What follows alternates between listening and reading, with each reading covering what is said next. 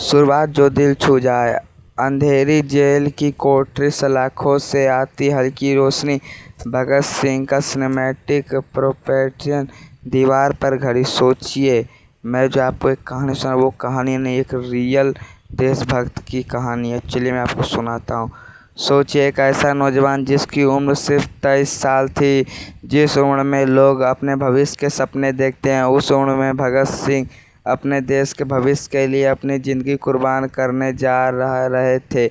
लोहार की जेल में एक ऐसी रात आई जिसके बाद सुबह भगत सिंह को दुनिया फिर कभी नहीं देख पाई। लेकिन उस रात हुआ क्या था? भगत सिंह को फांसी कैसे दी गई और मौत सामने देखकर भी उनके चेहरे पर डर क्यों नहीं था? जी हाँ दोस्तों, आइए जानते हैं उस आखिरी रात की पूरी कहानी। मौत का फैसला। पुरानी अदालत, अंग्रेज अधिकारी भगत सिंह और राजगुरु सुखदेव के प्रोटेटियस। पुराने अखबार।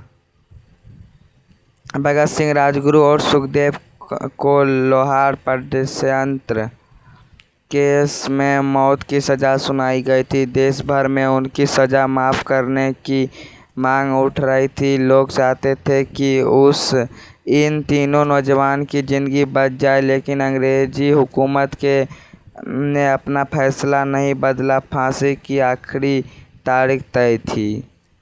जी हाँ दोस्तों, 24 मार्च 1931। लेकिन इतिहास में एक बेहद महत्वपूर्ण बात दर्ज है। अंग्रेजी अधिकारियों ने निर्धारित समय से लगभग एक दिन पहले 23 मार्च 1931 की शाम को ही तीनों को फांसी दे दी। लोहार जेल की ऊंची दीवारों के पीछे उस समय क्या हो रहा था, इसका अंदाज़ा बाहर खड़ी भीड़ को भी नहीं था। आखिरी रात, जेल की कोठरी। भगत सिंह किताब पढ़ते, धीमी रोशनी, जेल की लंबी गलियारा। 23 मार्च की शाम, जेल की कोठरी में मौत का साया मंडरा रहा था। लेकिन भगत सिंह घबराए नहीं।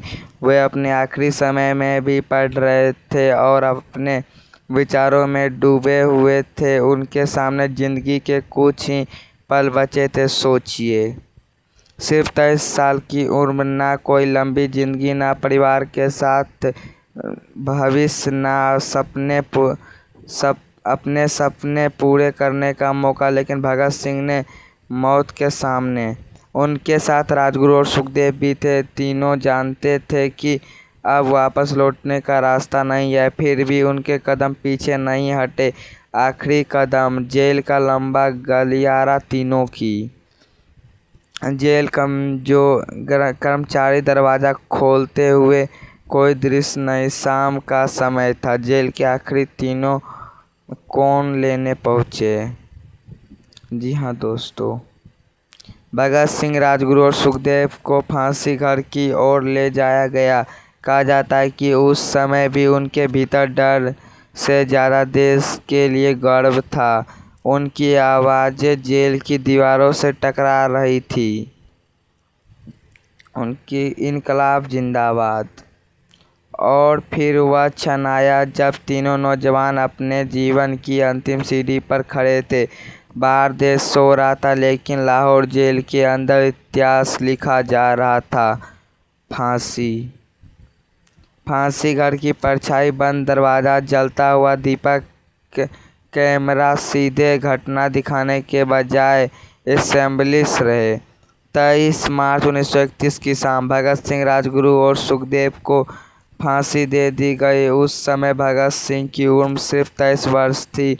कुछ ही मिनटों में तीनों जिंदगियां खत्म हो गई, लेकिन उनके विचार ख़त्म नहीं हुए। जी हाँ दोस्तों, भगत सिंह का यह बात सही है, बिल्कुल ही वो डरे नहीं थे। फांसीघर का दरवाज़ा बंद हुआ और कुछ समय बाद वहाँ एक ऐसा सन्नाटा था जिसे इतिहास कभी भूल नहीं सका। एक माँ का बेटा चला गया, एक बहन का भाई चला गया, एक परिवार का सहारा चला गया, लेकिन भारत को एक ऐसा नाम मिल गया जो आने